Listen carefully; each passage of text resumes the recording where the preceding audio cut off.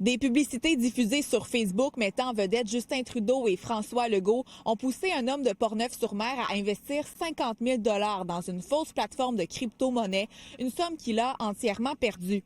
En novembre 2024, Mario Simoneau soutient avoir vu sur Facebook des publicités où les deux politiciens affirmaient qu'investir dans la crypto-monnaie pour s'enrichir était une bonne idée. M. Simoneau aurait ensuite contacté la firme qui était rattachée à la publicité frauduleuse, GMZ Global. Un agent l'aurait convaincu d'investir 25 000 $ dans les crypto-monnaies. Les rendements auraient été tels qu'il se serait laissé convaincre de réinvestir 25 000 $ supplémentaires. Quelque temps plus tard, M. Simoneau a constaté que ses placements auraient atteint une valeur de 217 000 €, soit près de 400 000 Canadiens. Il aurait alors voulu retirer son argent, ce qui aurait été impossible. Lors d'une visite à son institution financière, une employée lui aurait fait comprendre que toute cette histoire pourrait bien être une fraude. M. Simoneau envisage aujourd'hui la faillite. C'est vraiment déprimant.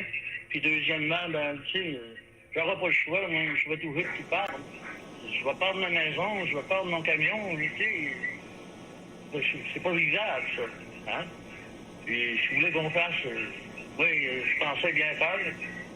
Et puis, moi, ce que je trouve de valeur aussi, pourquoi que ces réseaux sociaux, ils laissent des choses traîner de même, au lieu de s'informer avant de commencer à éditer des choses qui sont même pas capables de dire c'est qui vrai ou c'est pas vrai.